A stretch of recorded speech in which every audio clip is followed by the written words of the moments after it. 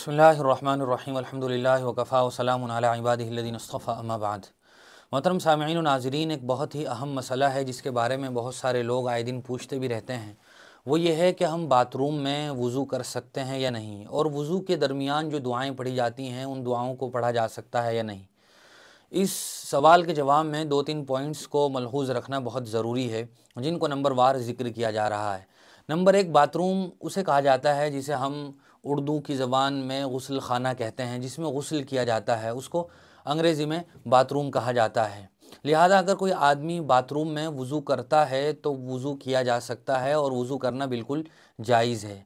लेकिन ये बात याद रखना ज़रूरी है कि वहाँ नापाकी वग़ैरह न पड़ी हो, क्योंकि जब वहाँ नापाकी होगी तो उस नापाकी पर पड़ने वाले पानी की वजह से छींटे भी उड़कर हमारे कपड़ों पर या जिस्म बॉडी पर लग सकती हैं। लिहाजा इतना तो ख्याल रहे कि वो बाथरूम नापाकी वगैरह से पाक हो, वहाँ इस तरह की नजासत और गंदगी ना हो। और आमतौर से आजकल जो बाथरूम होते हैं घरों में या होटलों में या ऑफिसों में, वो ख़ास तौर से साफ़ी होते हैं, लिहाजा वज़ू किया जा सकता है।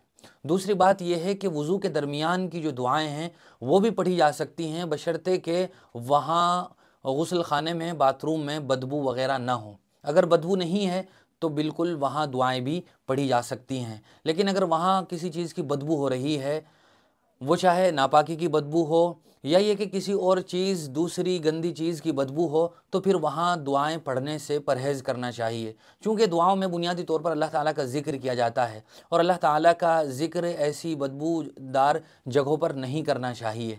लिहाजा अगर वहाँ कोई नापाकी की बदबू या दूसरी किसी गंदी चीज़ की बदबू नहीं है तो दुआएं भी ज़बान से पढ़ी जा सकती हैं। अब दूसरी बात यह है, जो आजकल अटैच बाथरूम का सिस्टम चल पड़ा है कसरत के साथ। आजकल जो नई बिल्डिंगें बन रही हैं, नए होटल्स में जो बाथरूम बन रहे हैं, वो ज़्यादातर अटैच होते हैं, यानी उसमें टॉयलेट और बाथरूम दोनों एक साथ ही होते हैं। और अब यही कल्चर चल पड़ा है। बहुत सी मरतबा जगह की तंगी की वजह से भी इस तरह किया जाता है, और बहुत सारी मरतबा ज़रूरत को मलहूज़ रखते हुए भी ऐसा किया जाता है कि अगर गुस्ल के दौरान ही आदमी को इस्तिंजे की ज़रूरत है, छोटे या बड़े इस्तिंजे की, तो वहीं वो अपना फ्री हो सकता है।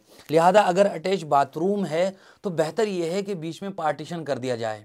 वो पार्टीशन और वो सेपरेशन किसी ऐसी चीज़ के ज़रिए से भी किया जा सकता है, जो मिसाल के तौर पर टाइल्स वगैरह ऑलरेडी बाथरूम में नीचे लगी होती हैं, तो वहीं कुछ हिस्से पर वही टाइल्स भी लगाई जा सकती हैं। दूसरा ये है कि आजकल जो प्लाई वगैरह यूज़ होती है वो बहुत अच्छे तरीक़े की आती है, क्वालिटी भी अलग अलग होती हैं। तो कोई इस तरह की ब्लॉक या ये कि इस तरह प्लाई वगैरह लगाई जा सकती है कि जिसके ज़रिए से दोनों में सेपरेशन हो जाए, एक तरफ टॉयलेट हो जाए और दूसरी तरफ बाथरूम वाला एरिया हो। बेहतर तो यही है। लेकिन अगर ऐसा नहीं किया जा रहा है तो कम से कम पर्दा डाल दिया जाए, जैसा कि वहाँ हरमैन में, सऊदी में ख़ास तौर से जो अटैच बाथरूम होते हैं मक्का में या मदीना में, तो वहाँ के लोग इस बात का ख्याल रखते हैं कि पर्दा वगैरह डला होता है। एक तरफ का एरिया गोया टॉयलेट वाला हो जाता है और दूसरा बाथरूम वाला हो जाता है। अगर ऐसा करना मुमकिन हो तो बेहतर है कि ऐसा करना चाहिए। अब दूसरी बात वज़ू करने की है। अटैच बाथरूम में भी वज़ू किया जा सकता है, बशर्ते कि बाथरूम के जिस हिस्से में हम वज़ू कर रहे हैं वह हिस्सा नजासत और गंदगी से पाक हो, वहाँ नापाकी पड़ी हुई न हो। अब अटैच बाथरूम में दुआएं वगैरह पढ़ने का मसला भी यही है। अगर बाथरूम वाले हिस्से में जहाँ हम वज़ू कर रहे हैं वहाँ बदबू नहीं है टॉयलेट की या ये कि किसी और दूसरी चीज़ की कोई बदबू नहीं है, तो हम दुआएं भी पढ़ सकते हैं। लेकिन अगर वहाँ बदबू है तो फिर दुआ पढ़ने से परहेज़ करना चाहिए, दुआ नहीं पढ़नी चाहिए।